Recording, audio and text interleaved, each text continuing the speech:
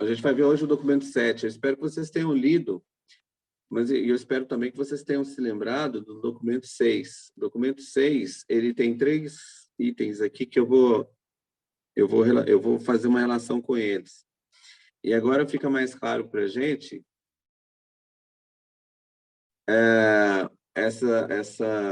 esses 20, o ordenamento desses 21 documentos, né? Agora isso faz sentido, né? Vai começando a fazer sentido, porque há uma série de referências entre eles. E, no caso, esse documento aqui, ele vai tratar de um livro que eu vou colocar o link também. O William até fez um Google, ele comentou comigo que ele baixou o livro.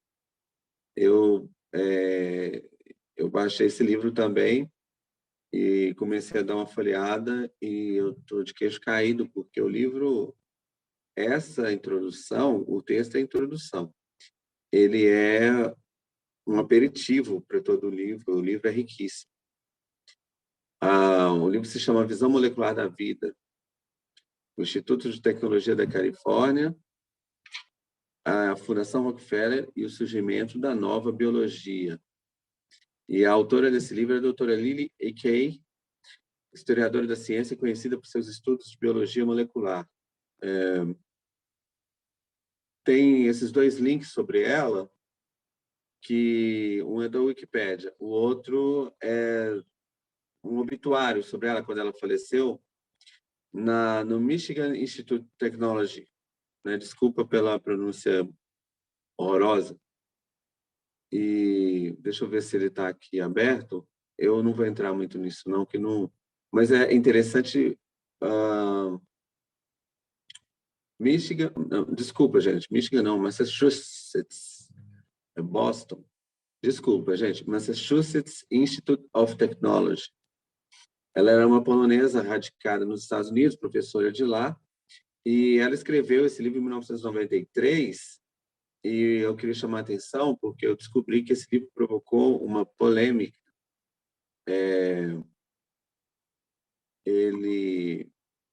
Esse livro foi bastante criticado por alguns professores e por professores no caso aqui do próprio título, né, do Instituto de Tecnologia da Califórnia, porque aqui no texto 6, a gente vê um dos motivos. Você vê uma crítica que professores e pesquisadores não tinham mais liberdade para expressar e desenvolver pontos de vista sobre educação e pesquisa científica. E o que o livro vai contar é justamente isso, como a Fundação Rockefeller tomou conta do Instituto de Tecnologia da Califórnia, com o investimento em dinheiro, mas também com a formação de muitos cientistas, e esses cientistas começaram a desenvolver o estudo de biologia molecular de acordo com as orientações da Fundação Rockefeller. Mas vamos começar, né? Vamos começar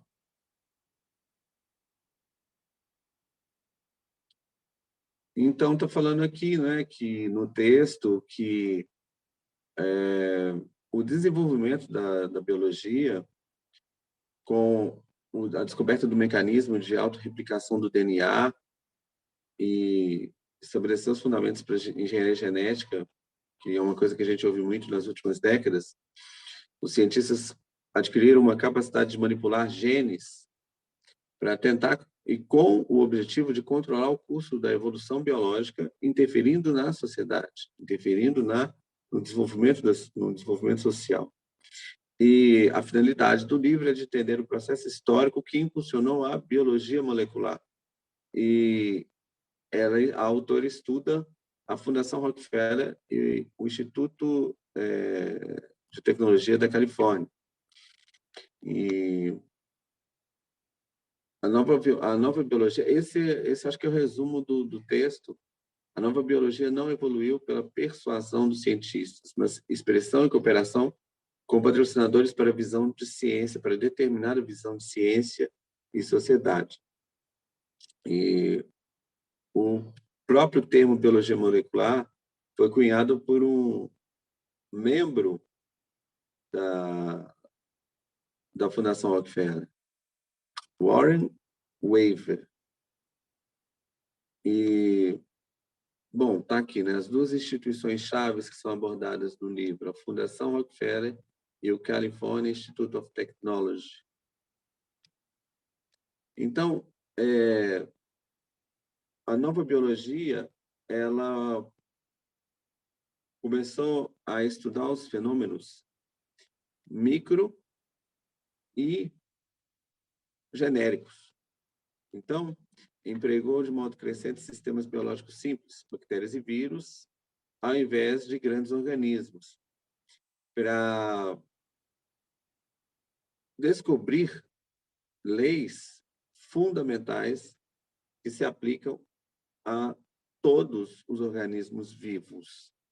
Então, isso é vida. Então, começa-se a definir vida em termos de mecanismos físico-químicos. A biologia, ela passa a estudar fenômenos micro, né? Fenômenos pequenininhos lá, nas células, nas bactérias, nos vírus. E essa mudança de visão, ela vai repercutir na pesquisa, como essa pesquisa ela vai se manifestar, como ela vai influenciar a medicina. Porque a pesquisa biológica, ela servia à medicina. Essa nova biologia, ela não necessariamente ela vai ser útil para o avanço da medicina. Então, o estudo molecular dos genes, ele vai ter uma função, ela vai encontrar uma nova utilidade para o estudo da biologia. Não vai ser diretamente curar doenças, e isso vai ter a ver com o que a gente viu no texto 6. A mudança de paradigma também das fundações, de fundações que querem desenvolver a educação, para que as pessoas tenham acesso à educação, que querem desenvolver a medicina com mais recursos para acabar com as doenças. Tem uma visão cientificista muito forte no final do século XIX, que o progresso científico ele vai melhorar todos os problemas da humanidade. Sem entrar muito no assunto, a gente está vendo aí o quanto que isso ainda influencia, quanto que isso ainda está marcado, porque todo mundo está falando hoje ciência, ciência, ciência, né? Ciência, né? É muito engraçado isso. É uma herança do final do século XIX. Ciência. A ciência vai resolver todos os problemas, graças ao progresso técnico, científico. E esse pensamento de transformar o mundo através da ciência, ele vai mover o que está citado aqui no documento 6, porque ele, né, as principais datas da cultura da morte, não é? Eu vou pegar um ponto aqui. Se vocês lembram do documento 6, prestem atenção. Na data de 1923, após uma longa e dramática reunião, o pastor Frederick Gates demite-se da Fundação Rockefeller porque a organização começou a fazer exigências contratuais em suas doações em escolas públicas de medicina. O que, segundo o pastor, seria o início, olha que esperto, de uma perversão dos princípios contidos no conceito de filantropia. Nessa época, multiplicam-se as acusações de que as fundações Rockefeller e Carnegie, e mais tarde também a Fundação Ford, sistema do Carnegie, que era ligado à indústria siderúrgica, né? estariam criando um cartel de organizações que controlavam todas as decisões educacionais fundamentais nos Estados Unidos. Isso em 1920, em 1900 e bolinha, isso 100 anos atrás. Professores e pesquisadores não tinham mais liberdade para expressar e desenvolver seus verdadeiros pontos de vista sobre educação e pesquisa científica. Então, olha só, esse livro ele está mostrando na prática como isso influenciou as pesquisas em biologia molecular e lá no Instituto de Tecnologia da Califórnia, né? Eu estou dando control, eu estou voltando aqui no texto 7, né? Estou indo e voltando no texto, mas reparem que interessante. Eu fiz essa ligação porque no texto anterior está citando esse evento aqui. O Frederick Gates era um dos membros da Fundação Rockefeller, né? Na verdade, ele foi um dos ideólogos da fundação. E ele era, ele era um dos membros da diretoria da fundação. E qual que era a ideia? Era, bom, acabar com as doenças, promover a educação no mundo inteiro. Vocês sabem que o Rockefeller, o John Rockefeller, ele realmente doou grande parte da fortuna dele para a construção de hospitais e bibliotecas. Eu não sei se essa informação é verdadeira, mas dizem que ele deu dinheiro para construir pelo menos uma biblioteca pública em todas as cidades dos Estados Unidos naquela época. Então você vê, a pessoa tem muito dinheiro, isso sobe para a cabeça dela, né? Mas a Fundação Rockefeller, pelo menos no seu início, ela tinha essas intenções.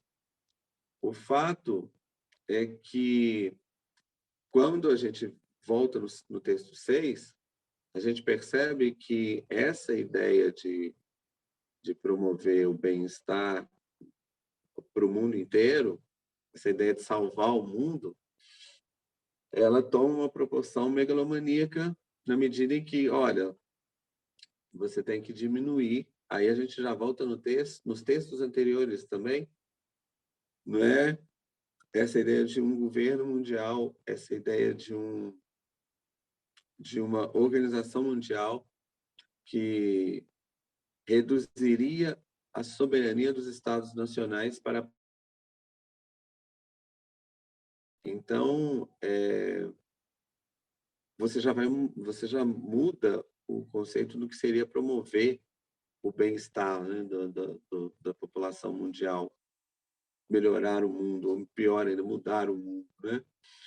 Então prestem atenção no texto 6, voltem lá e façam essa ligação com o que está na data de 1923. Repetindo, os professores e pesquisadores não tinham mais liberdade para expressar e desenvolver seus verdadeiros pontos de vista sobre educação e pesquisa científica.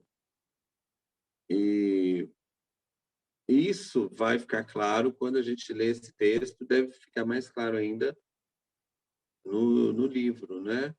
Que eu estou curiosíssimo. Poxa, se eu ganhasse na Mega Sena, eu ia contratar alguém só para traduzir esse livro, mas vamos tentar ler, né? Ele tem umas 300 páginas, ele é meio desconfortável em inglês, né? Mas eu acho que ele deve ser uma leitura muito importante, porque ele está contando essa história com detalhes, né? Bom, então a gente está falando, a gente comentou da dependência da pesquisa da biologia para a medicina, porque antes a pesquisa em biologia era muito voltada para a medicina, para o desenvolvimento da medicina. Então, dessa vez, você tem uma mudança total de paradigma, no sentido de que você vai investigar os pequenos organismos, as pequenas estruturas dos seres vivos, para você explicar um mecanismo da vida para você manipular, ser capaz de manipular esses mecanismos, compreender esses mecanismos, o funcionamento físico, fisiológico deles, para tentar desenvolver isso e replicar isso, né?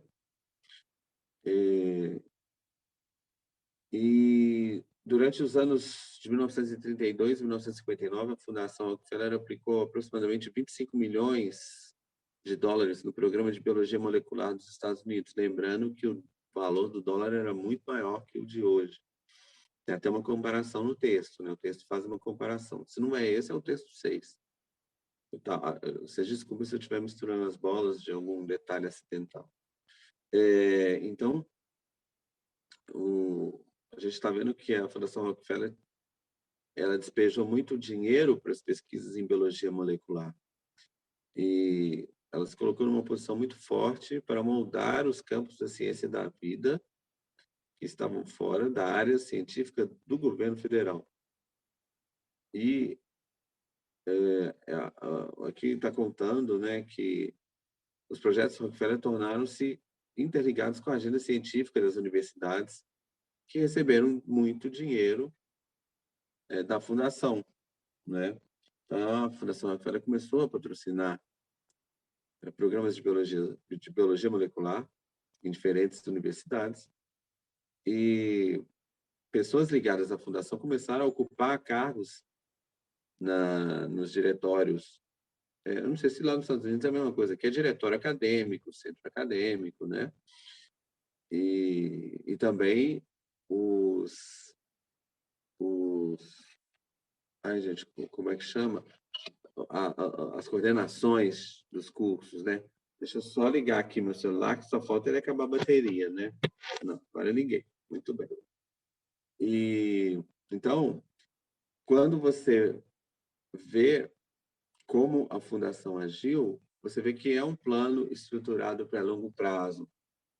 Não basta você jogar dinheiro, sair jogando dinheiro nas coisas.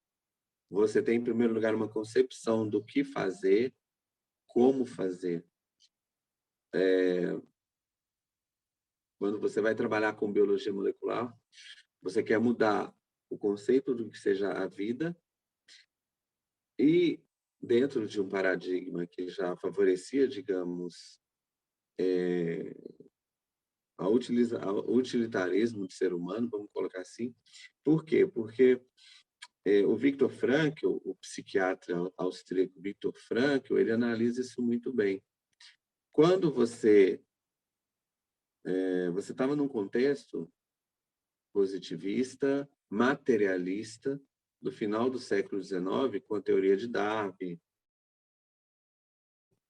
você, não estou falando nem de transcendente, não, estou falando de humanismo. Quer dizer, o humanismo já é um degrau abaixo da ideia de transcendência. Você está vendo uma, entre aspas, uma coisificação do ser humano. Parênteses. Quem já leu Viktor Frankl, ele comenta que nos campos de concentração, ele era judeu, ele foi preso em campo de concentração em Auschwitz. Ele comenta que os prisioneiros eram tratados como coisas, não era nem como animal. E ele dá alguns exemplos lá e tudo mais. Até na forma como eles eram agredidos, não era como se estivesse batendo em alguém, era como se você estivesse empurrando uma mesa, sabe? Algo assim. A forma como a sensibilidade dele de perceber esses detalhes, e ele tem uma conclusão muito bonita de que os gabinetes dos cientistas materialistas que vão criar Auschwitz décadas depois, porque você reduz o ser humano a células, a processos biológicos, a processos químico-biológicos, né, meramente físico-fisiológicos. Você tira a humanidade do ser humano, da pessoa humana. E a Fundação Rockefeller ela vai mudar a concepção de biologia, no estudo de biologia, para desenvolver uma forma aliada também à psicologia comportamental, aos estudos que estão sendo realizados já desde 1800 e bolinha, 1880. Eu devia entender mais disso, porque eu sou formado em psicologia. Outro parênteses, eu não posso falar que eu sou psicólogo, mas não, viu, gente? O Conselho Regional veio para cima de mim. Fecha parênteses. Mas eu sou formado em psicologia, viu? Quem não acreditar, eu vou mostrar meu histórico, meu diploma. Estou lá, psicólogo, mas eu não posso falar. Mas tudo bem. Porque a psicologia comportamental, o behaviorismo bem primitivo, ele vai começar a fazer pesquisas sobre estímulo, resposta e tudo mais, e ele vai analisar o comportamento humano de uma forma bem didática e de uma forma bem materialista, né? Então, você tem um paradigma científico todo extremamente materialista. E até a psicanálise, que poderia diferir disso, ela também é extremamente materialista, porque a visão de mundo da psicanálise, visão de homem, visão do ser humano da psicanálise, ela é pessimista e extremamente materialista. O ser humano, ele é dotado, vamos colocar assim, de um aparelho psíquico, uma coisa bem abstrata, né? Que só existe para realizar, para realizar suas pulsões, vamos reduzir assim. Então, nesse contexto todo, o materialismo tão forte na ciência, essas pesquisas elas vão dar a sua contribuição para a coisificação da pessoa humana, né? E isso daí vai ter uma função a médio e longo prazo de você estabelecer políticas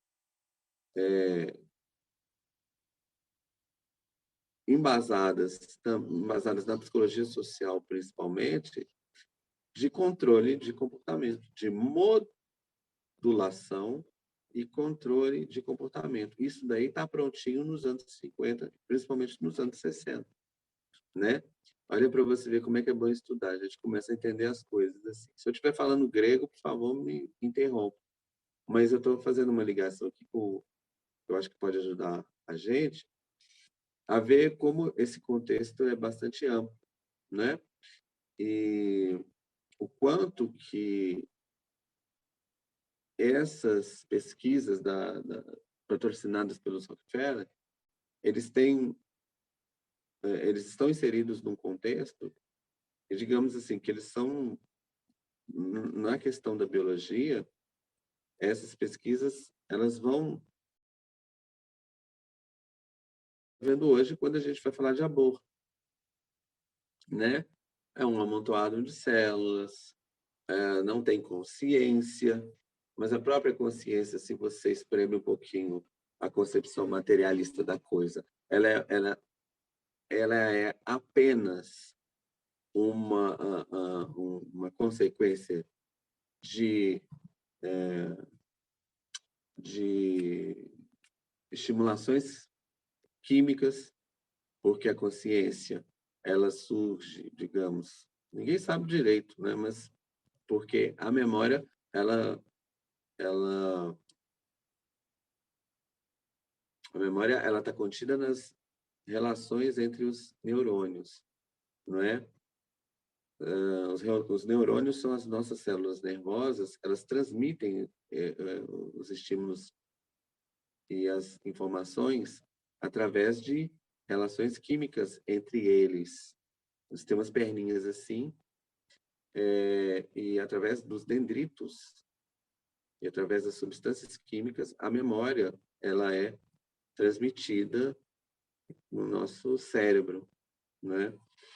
E toda essa estimulação, ela se dá através de processos químicos, né? Então, a consciência também ela é consequência de uma série de reações químicas. Então, o que que a vida humana vale per si? Ela não vale nada, ela é apenas consequência de um processo químico, né? Então, isso é coisa que começou 100 anos atrás. Olha onde a gente está hoje, né? Bom, vamos passar para frente. O patrocínio da Fundação Rockefeller deixou numa posição de moldar os campos da ciência, na criação e promoção de mecanismos institucionais de cooperação interdisciplinar, principalmente na biologia molecular dos anos 30 e 50. E, bom, eu não estou aparecendo muito, é importante aparecer a apresentação, né? Porque eu tô numa escuridão aqui, gente, e eu juro para vocês que a janela está aberta no máximo aqui, minha sala é super iluminada, mas enfim, bom. Eu devia ter regulado a câmera, agora já era. Vocês estão me vendo tudo escuro? Finge que vocês estão vendo um filme de terror. Muito bem, é isso mesmo, porque isso aqui é um terror mesmo. Tão bom que tem a ver com o assunto da nossa discussão aqui. Então, a gente está vendo que a Fundação ela ocupou espaços, e toda vez que eu vejo esse tipo de coisa, eu lembro que Nosso Senhor Jesus Cristo fala, né, que os filhos das trevas são mais espertos que os filhos da luz. Então, os filhos das trevas ocuparam espaços nas universidades e, é, de repente, você tem não só contatos, você tem pessoas ligadas à Fundação Ford ocupando as diretorias, as coordenações, ocupando posições nos... eu esqueci o nome, como que é nas universidades. Ai, gente, desculpa a lerdeza. Você tem os professores, né? Os professores eles têm chefe de departamento. Pelo menos aqui no Brasil é assim, né? Você tem o chefe de departamento, que é o professor. E todo professor, os professores normalmente têm horror a ser chefe de departamento. Mas, no caso, os da Rockefeller deviam gostar bastante de ser chefe de departamento. Não só por ganhar um dinheirinho a mais, mas pelo poder que isso confere, não é? Então, você está aqui... Os cientistas e administradores consultam publicações da Fundação sobre designações acadêmicas, reputações, personalidades, viagens e projetos em potencial, porque a própria Fundação Rockefeller ela está aumentando cada vez mais no decorrer desse tempo, a sua influência dentro das universidades, porque ela preenche os cargos. Tem cada vez mais professores trabalhando nessas universidades, dando aula e realizando pesquisas, que são financiados pela Fundação, formados pela Fundação, né? E, bom, aqui, funcionando, né? Então, né, que eu estou falando com vocês, né? Os funcionários das fundações acabaram chegando, exercendo funções administrativas muito importantes nas universidades. E esse texto aqui ele é muito importante, essa declaração aqui, né? Não era incomum que os cientistas, como eu estou falando com vocês, consultassem as publicações da Fundação sobre as designações acadêmicas, membros e publicações. Vocês lembram do Fundação Ford, que, se não me engano, é documento 11, é o documento que vai para frente, agora fiquei curioso, deixa eu olhar aqui qual documento que a gente vai ver, que é a marca de batom na cueca, como gostam de falar. Qual que é o relatório da Ford? É o de 1990? Ford Foundation... Exatamente, não é esse, não, peraí. Deixa eu ver qual que é, que agora eu fiquei tão curioso que... Isso mesmo, é o documento 14. Daqui a pouquinho a gente vai ver que é um relatório da Ford de 1990, e ele pegou tão mal que ele foi retirado, assim, ele foi divulgado, claro, não era na internet, não tinha internet na época, mas ele foi distribuído e porque era era uma publicação que está mostrando as linhas de atuação como deveriam ser as linhas de atuação da Fundação Ford nos anos seguintes. Os pró-vida descobriram, os mais espertos estudaram esse documento, a gente tem que estudar esse documento, né? E as fundações, elas editam, elas liberam esses relatórios de tempos em tempos, não é? E esses relatórios, eles são a base de atuação não só de militância, mas de cientistas que trabalham nas pesquisas de biologia, não só nas pesquisas da psicologia social, dos sociólogos, né? Eles são a base da atuação desses profissionais. E aqui, voltando aqui para o nosso documento, o diretor da divisão de ciência natural da Fundação Rockefeller, a Thaís, fez um belo para casa, né? Está aqui a fotinha do moço, né?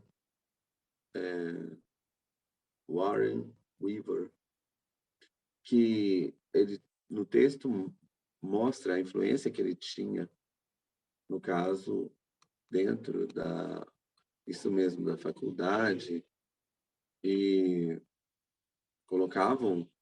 ele colocava os funcionários da Fundação Ford atuando diretamente nos projetos, nas pesquisas. E aqui ela vai falar do James McKean Kettle, que era editor da revista Science. Eu, desculpa a ignorância, eu nem sabia que a Science já existia.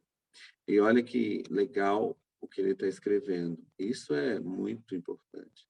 As fundações Carnegie e Rockefeller resolveram ditar o curso dos assuntos educacionais em todo o país, em todos os níveis, desde a escola primária até a universidade.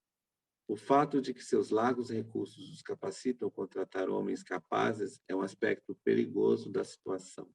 Há um número tão grande dessas instituições que são financiadas por uma ou ambas dessas fundações, que muitos líderes educacionais não são mais livres para expressar suas opiniões verdadeiras ou não estão mais em posição de formar opiniões isentas. Então, acho que isso talvez seja não, né, não só o resumo, mas o que a gente pode perceber disso daí, né? Na época você ainda tinha gente criticando, e o quanto que isso é importante em ciência, a crítica, a discussão, né? A reorganização do nível molecular como lugar essencial da vida alterou os fundamentos epistemológicos da pesquisa biológica, né? Esse é o resumo, digamos assim, desse texto, né? Você tem o aspecto como que eles conseguiram fazer isso? Através do investimento não só em pesquisa, mas em pessoal. Começaram a ocupar os espaços das universidades. No caso, o exemplo do livro é o Instituto de Tecnologia da Califórnia, né? E se hoje, e isso ajuda a gente a entender, é importante frisar que isso ajuda a gente a entender como que as coisas chegaram hoje, a que ponto chegamos, né? Sobre a questão de onde começa a vida. O que vida? Vida humana. Aí você começa a entender por que muitos cientistas na cara de pau falam, mas vida humana, a vida não necessariamente é humana. A vida do embrião, do feto, do bebê que está lá dentro da barriga da mãe não necessariamente é humana. Agora a gente consegue entender o fundamento disso, não é? Vem a partir dessa mudança de paradigma. Vem a partir dessa visão materialista, puramente materialista, que a vida humana é decorrente desses processos químicos, físicos, e que a biologia ela é derivada disso, e o conceito de vida ele se adequa a isso, e principalmente o conceito de vida humana. Por isso que fica fácil justificar o aborto. A pessoa não tem consciência. Por isso que fica fácil também justificar a eutanásia. A pessoa não tem consciência, né? Então, se ela não tem consciência, ela não tem vida. Então, uma vida humana. Uma pessoa que está em coma, coerência não é muito bom, né? Mas uma pessoa que está em coma não tem consciência, pelo menos teoricamente. Pelo menos para a gente, ela não tem consciência. Aí você vê pessoas acordando do coma e falando que lembram de tudo, né? Vocês veem esses casos. Bom, no texto destaca-se concepções mais gerais da elite tecnocrática que dominou a cultura americana durante os anos 20. O que vem a ser elite tecnocrata? Aí nossa querida Thaís fez um belo para casa, né? Olha que bonitinho. Ideologia progressista que vê o homem como mero objeto numa engrenagem maior, onde toda a sociedade seria gerida e planejada por um controle central a partir de premissas meramente utilitaristas. Gostaram? É um belíssimo resumo com essa charge. Olha que interessante essa charge, né?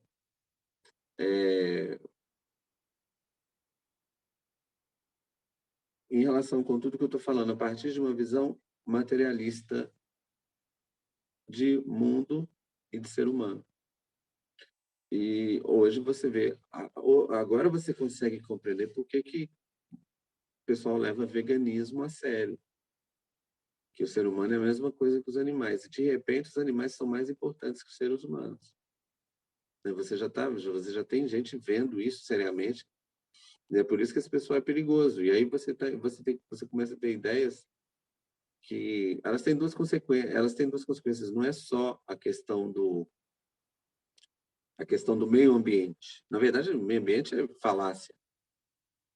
Mas, por exemplo, proibir as pessoas de comer carne, não é? Isso para quê? Para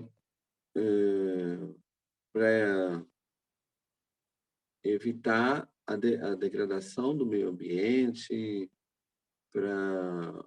em respeito à vida dos animais, é bem ridículo.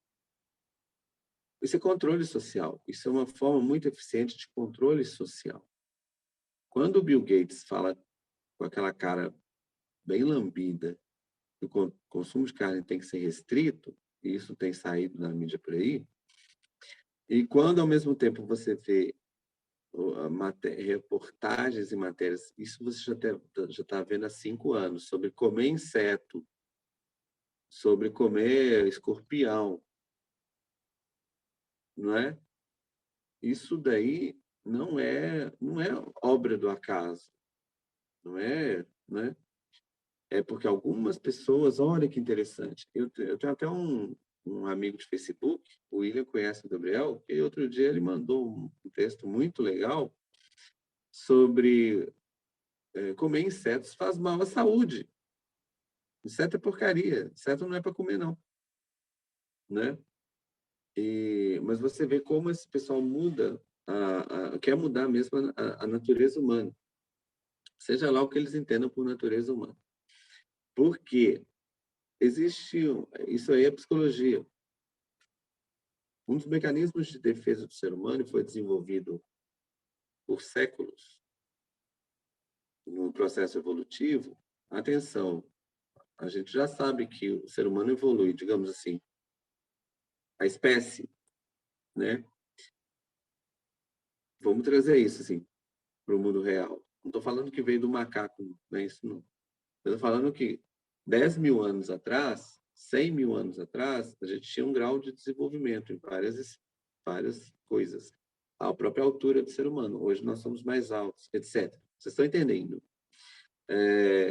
O processo evolutivo, nesse processo, o ser humano ele desenvolveu um asco dos insetos por uma questão de defesa, porque os insetos eles são nojentos porque eles são extremamente prejudiciais à saúde. Então é por isso que você não pode comer barata. Apesar do que o pessoal é cada coisa absurda, que barata tem muita proteína, barata tem não sei o quê. E é uma relação, desculpa, é uma reação inata no ser humano, resultado de dezenas de milhares de anos que a gente é bom, né? O ser humano, nós, né? Estamos por aí perambulando, desde lá, batendo com a clava na cabeça das mulheres, desde lá com o Fred Flintstone, né? Quem quer... Desde aquele tempo lá, mais primórdio, né? Você desenvolveu o quê? Uma reação instintiva de nojo para os bichos, que ela... Outro dia eu estava vendo uma experiência que eu achei sensacional. Eles pegaram uma barata e eles pegaram uma barata. Deixa eu viajar só um pouquinho, gente. O texto é curtinho, mas eu queria que vocês refletissem. Eles pegaram uma baratinha, fizeram, desintoxicaram ela. Eles tiraram todas as impurezas dela, passou o álcool gel, passou o que for, né? Tiraram toda a sujeira da barata. E eles fizeram, então, um experimento com universitários, com moças e rapazes, mais ou menos a faixa etária. Isso foi filmado. E eles conversaram, e aí eles pediram aquelas pesquisas, né, de universidade, senta em frente ao entrevistador, o seu nome, paraná, paraná. Pediram a essa pessoa que provasse um suco de laranja. E a pessoa tomou o suco. Ah, tá gostoso? Tá gostoso e tal. Pegaram a barata devidamente... Desculpa, gente, esqueci o nome, né? Devidamente esterilizada. A baratinha estava limpinha, sem impureza nenhuma, né? Mais limpa que mão de tanto esfregar álcool gel. Pegaram uma baratinha com uma pinça e colocaram a baratinha no suco de laranja. Aí, a primeira reação, e isso é legal, a primeira reação que os estudantes tiveram, e eu acho que vocês também estão tendo, de imaginar a cena, só a imaginação da cena já provoca uma repulsa natural. Você faz cara de nojo. E daí, colocaram a barata lá e tal, tiraram a barata e ofereceram o suco de novo para os participantes da experiência, né? Para o entrevistado.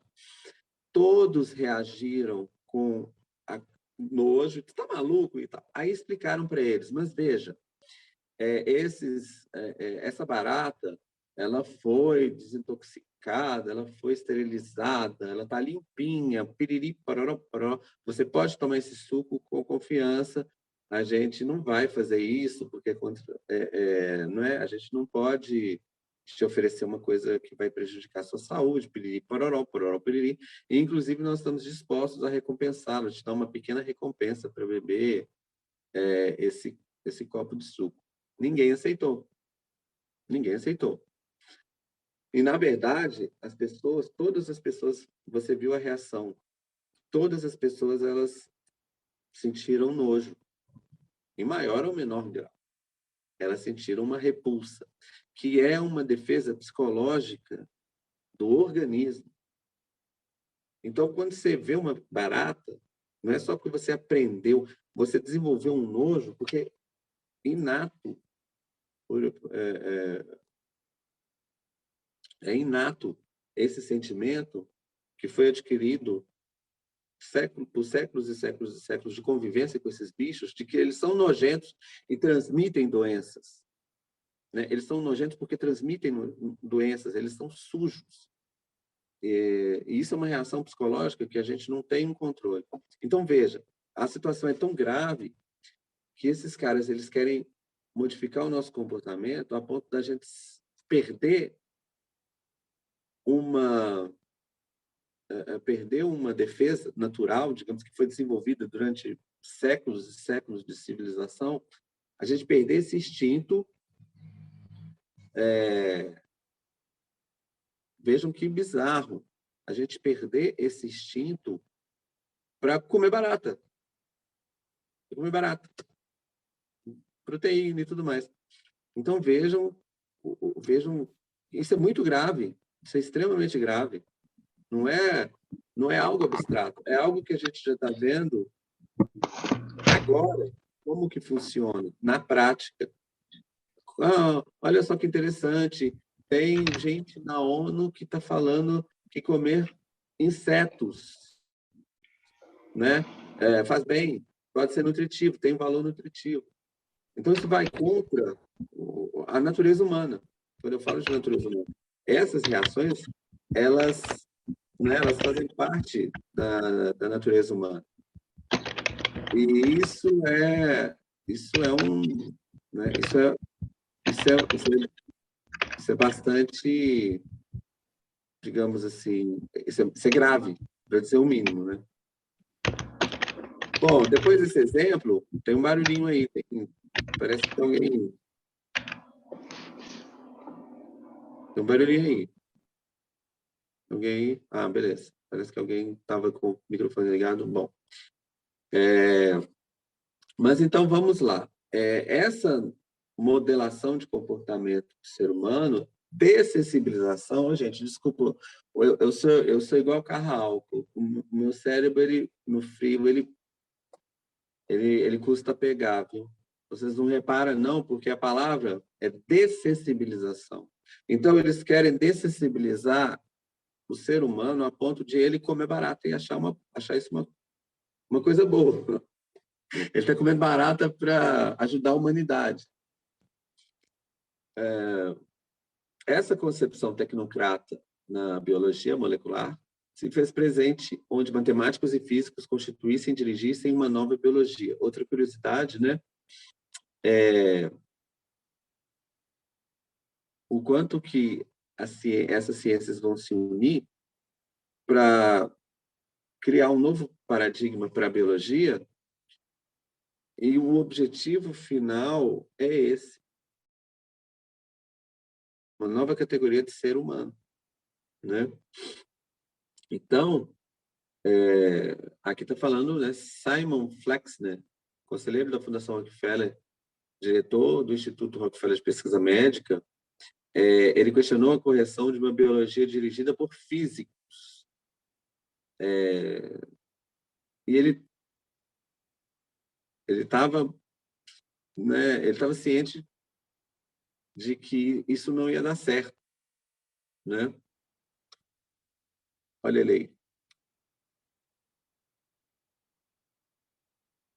Então, essa mudança de foco, ela vai mudar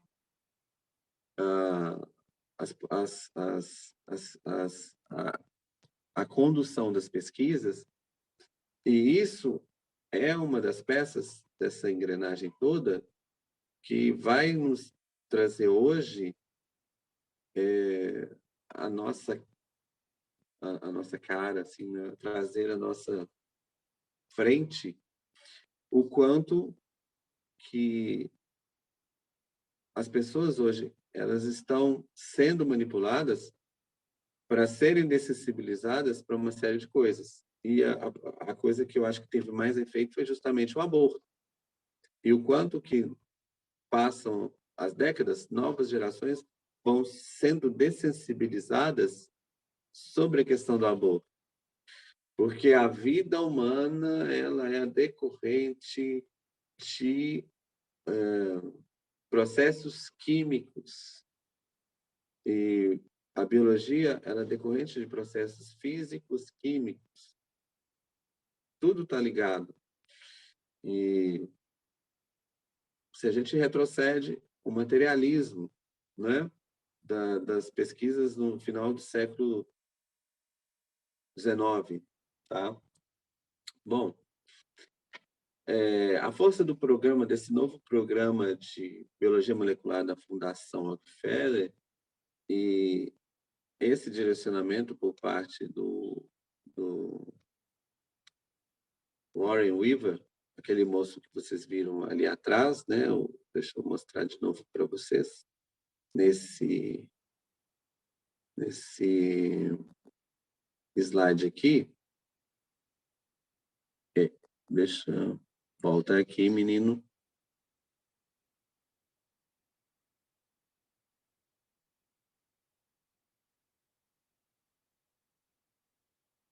Esse aqui é o moço da Science que fez a crítica. E esse é o moço aqui. Esse é o nosso ídolo, Warren Weaver. Né? Ele tornou-se o diretor da divisão de ciência natural da Fundação Rockefeller e foi ele que desenvolveu este programa de biologia molecular. Vamos voltar aqui. Né?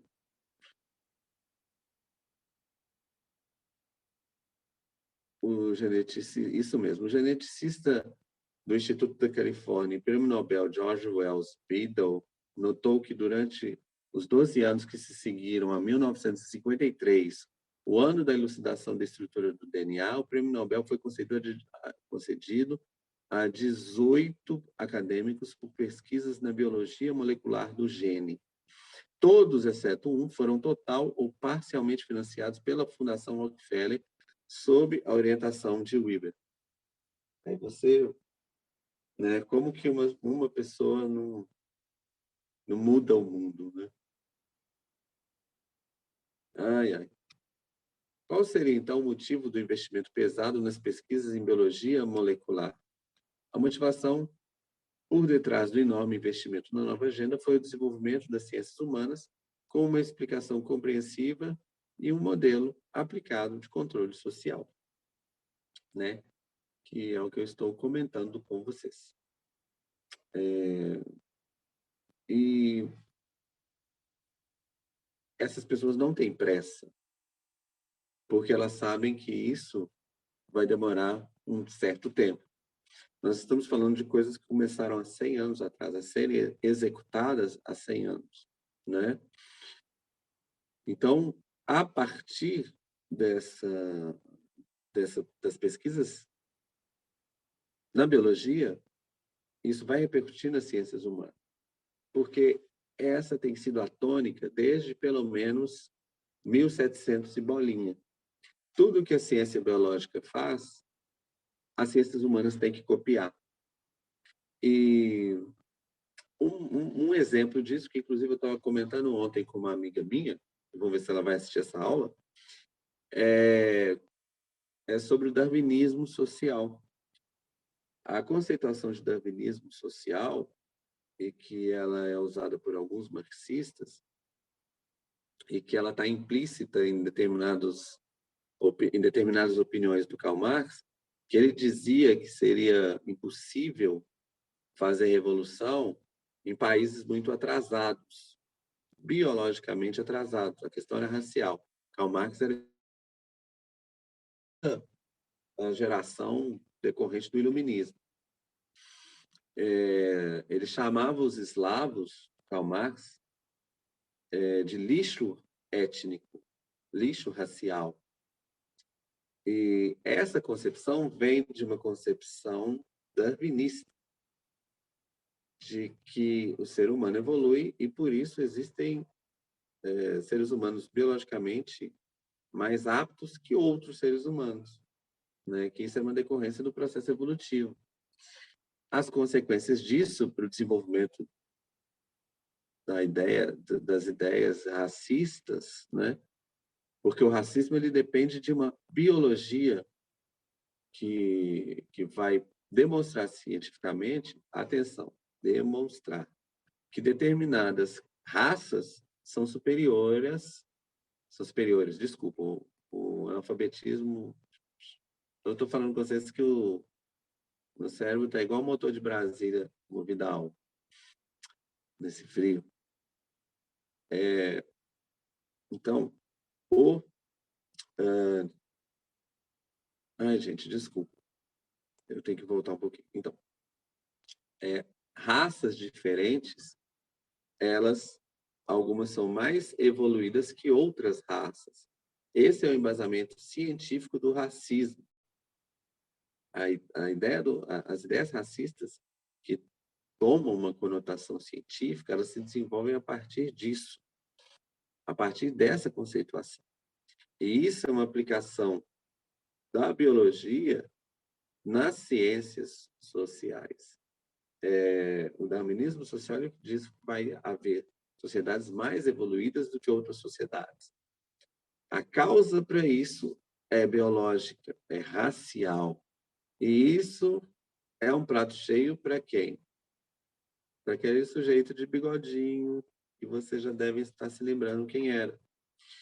Os nazistas vão aplicar isso, né? Eles vão aplicar isso. Eles vão colocar em prática as ideias que estavam sendo desenvolvidas em 1870, 1880, e quem vai apontar isso é o Viktor Frankl.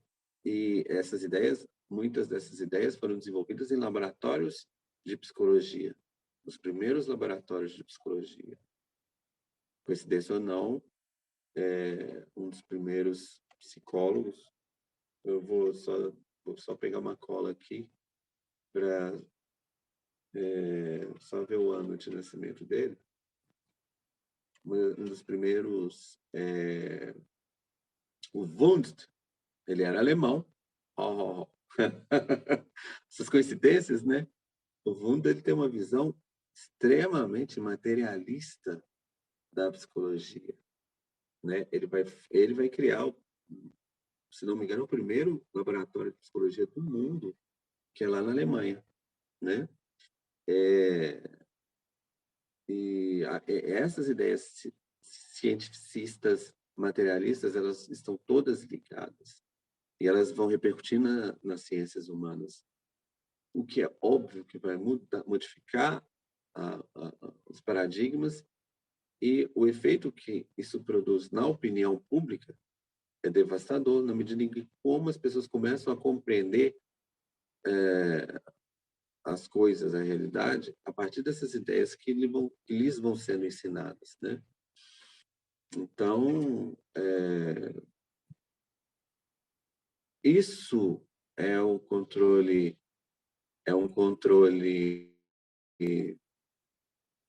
social extremamente sofisticado, né?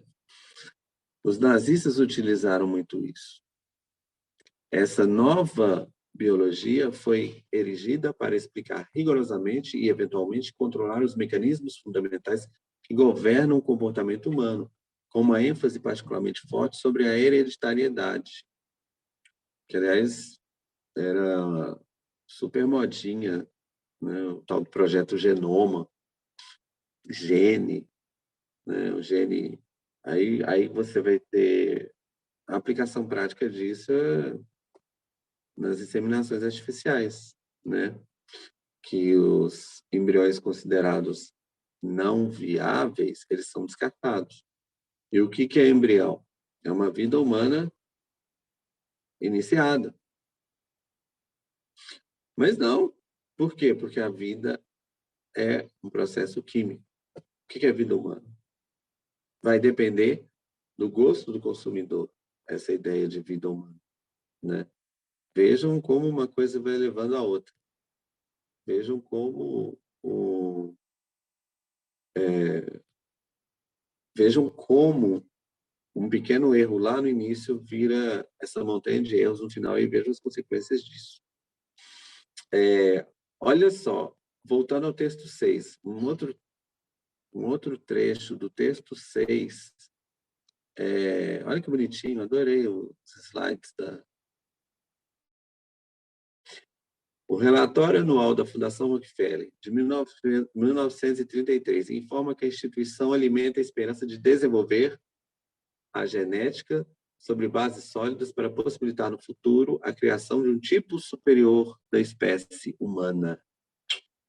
Sob a coordenação de Warren Weaver, entre 1932 e 1959, Rockefeller Filho investe 2%, né, de tudo que se gasta nesse período em pesquisa científica nos Estados Unidos, somente no que a própria fundação passou a denominar partir de 1938, de biologia molecular. Quem diria? Né? Isso está no texto 6, que vocês deveriam ter lido com bastante atenção, porque vocês estariam se lembrando. Aí, outra parte legal, 1946, John Rockefeller, já o terceiro, tenta mudar a estrutura da Fundação Rockefeller para que seu principal objetivo não seja mais a luta contra as doenças, né? E ele vai impor essa reforma. Em 49, ele apresenta um conceito inteiramente novo do que seja filantropia. Taran, taran, taran. A Fundação Ford passa a considerar o seu objetivo o de estabelecer a paz no mundo, né? Olha que legal. Isso porque, em princípio, a Fundação Rockefeller ela não emplacou esse objetivo, né? Mas na Fundação Ford, eles se juntaram, a gente está vendo quanto as fundações elas trabalham juntas.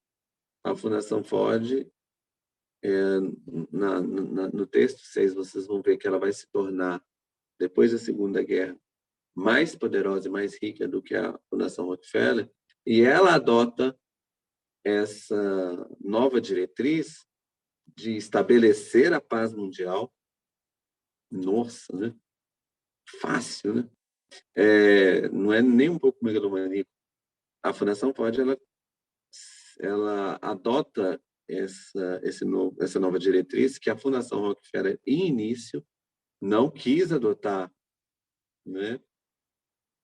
E, bom, essas fundações elas vão se unir bastante nas suas ações a partir do Conselho Populacional, que é fundado em 1952. Vocês se lembram dos textos anteriores, ou deveriam se lembrar. Muito bem. Então, é muito legal lembrar do texto 6, quando a gente está falando aqui do texto 7, quanto que tem a ver essas informações, né? Então,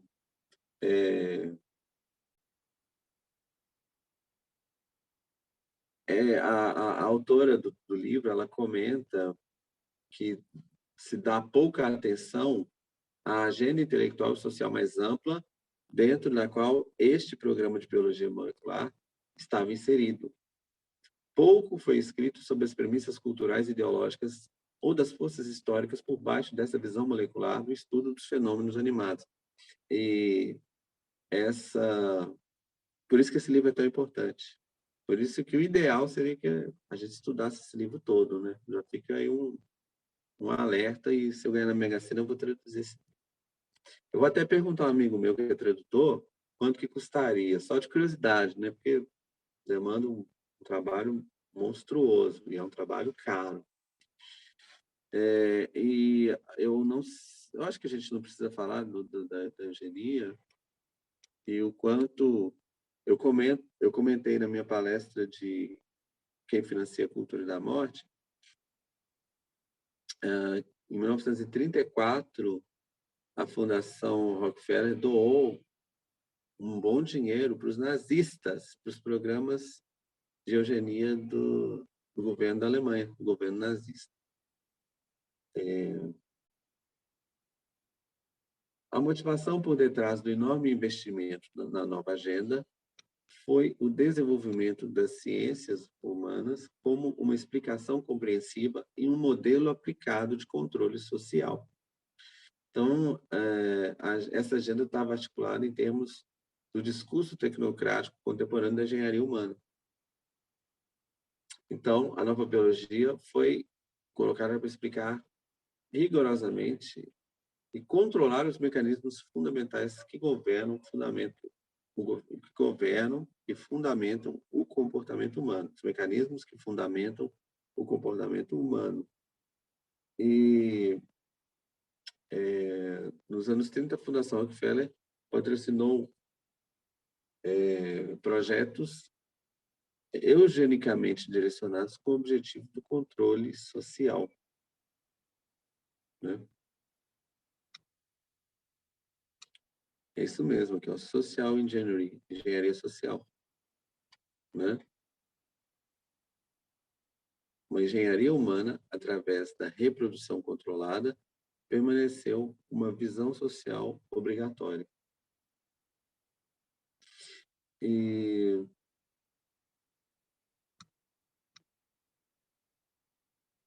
então, quando se inaugura essa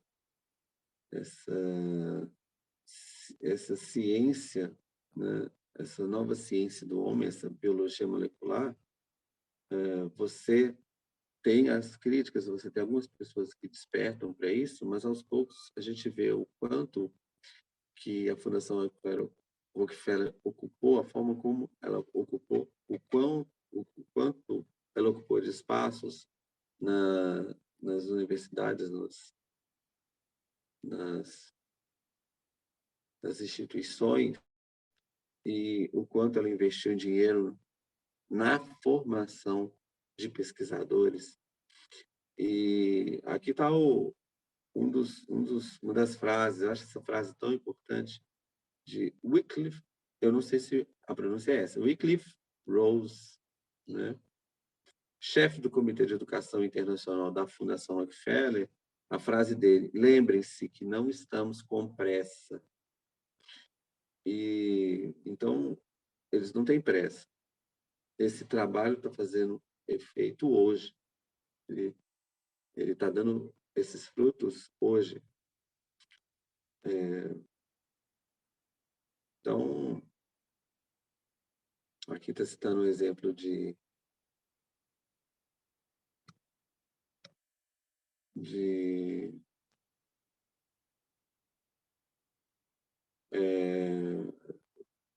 cientista, Linus Pauling, né? Ele era diretor da divisão de Química do Instituto de Tecnologia da Califórnia, e ele foi um dos principais arquitetos dessa biologia molecular. Então,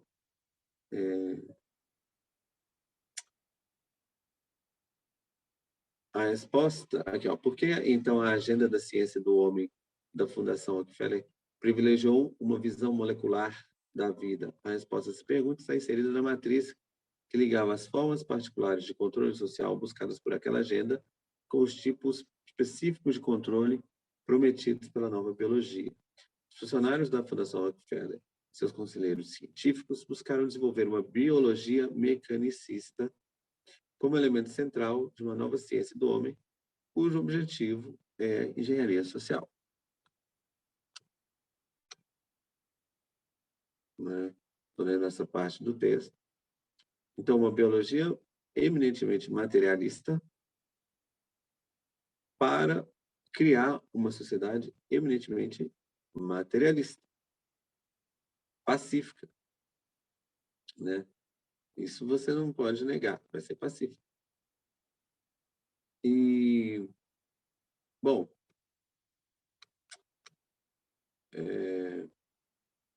daqui está comentando sobre o final do livro, né? Sobre esse livro esse livro é bem mais extenso do que essa introdução, né? Eu acho que seria muito bom se a gente estudasse. Aqui a Thais está dando duas indicações. No caso, esses links que ela está apresentando aí, eles abrem duas páginas dentro do site da Fundação Rockefeller, né? O primeiro é de Wycliffe Rose, que é um dos cientistas citados aqui, né? Esse é o primeiro cientista, está na página da Fundação Rockefeller. O outro, a outra, quando você clica, é justamente do Warren Weber, né, que está dando uma pequena biografia desses dois cientistas. O terceiro link é esse livro completo em PDF, que eu acho que a gente deveria ler esse livro, viu? né? A Visão Molecular da Vida, o Instituto de Tecnologia da Califórnia, a Fundação Rockefeller e o surgimento de uma nova biologia. Esse livro está completinho e pô, vamos criar coragem para ler, para a gente aprender mais também. Bom, gente, vocês têm alguma questão? Que vocês algum comentário para fazer? Esse texto é pequenininho e olha que legal, né? Ele rendeu até um assunto, né? Ele rendeu, ele rendeu um pouquinho, sendo que o assunto ele é bastante denso e o próprio livro ele está detalhando essa história toda. Então, eu já encerro a minha apresentação aqui. Vocês estão vendo que ela foi até mais curta, mas que a gente conseguiu refletir bastante sobre as implicações dessas informações que a gente recebeu. Eu espero que vocês tenham aproveitado, espero que tenham lido, espero que consigam fazer essa correlação com os eventos do documento 6, né? E de alguns eventos também dos primeiros documentos, documento 1 e documento 3, né? Principalmente o documento 1. Mas eu acho que a gente conseguiu vislumbrar uma luz para compreender o que está acontecendo hoje, né? As consequências disso nos nossos dias. E a gente está no meio desse processo de desumanização da pessoa humana.